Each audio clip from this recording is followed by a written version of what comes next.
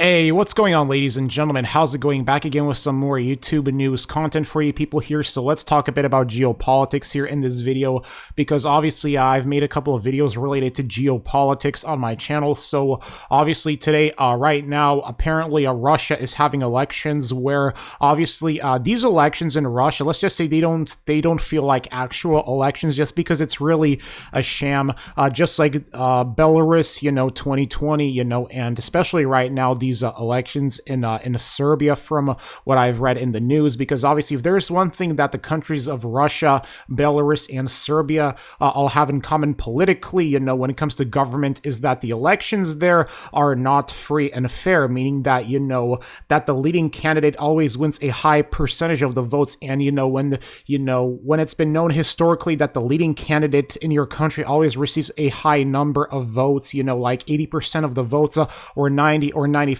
of the votes, or even like 70% of the votes, then that's how you know when to, question an election and all that stuff. Because, for example, you look at the 2020 elections in Belarus, Lukashenko, allegedly he won by a big margin of votes and all that. But, if you look at it at the bar graph, it goes to show you that the election results in Belarus were definitely fabricated, especially in the run between Lukashenko and Tikhanovskaya and all that stuff. And right now, in Russia, from what I saw in No Fuckers' video, because No Fuckers actually talks about this in his videos, so I highly recommend watching No Fuckers. I watch his content. He makes a lot of content about, because he's like one of those channels that actually tells the truth about what's going on in Russia. Because obviously, for example, in Russia, and I believe it's also like that in Belarus too, where, those countries, like independent media is heavily cracked down upon, and it's just like that in Russia too, especially under the current, I'm talking about under the current reign of Vladimir Putin, and in Belarus under the current reign of Lukashenko. And right now in Serbia, apparently they're going to be having re-elections after, it was caught that the elections in Serbia were basically similar to the elections in Belarus in 2020. And when Aleksandar Vučić, the current president of Serbia, tried to downplay that, he got caught, I guess by the EU leaders. So now basically, I guess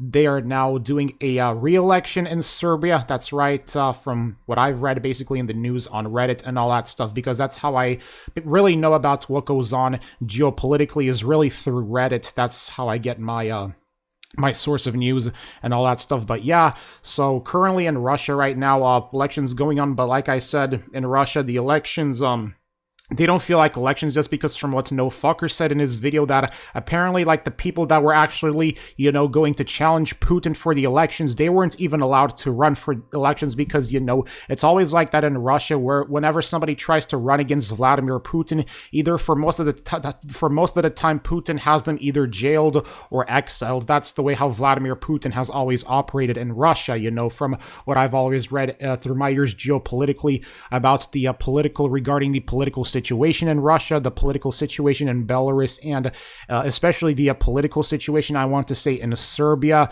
and all that. So yeah, let me know if you agree or if you disagree with what I said here in this video in the comment section below. But what I believe, what I'm saying, is the truth here, because it's like, at the end of the day, if elections are not fair, then that's just a big spit in the face of democracy.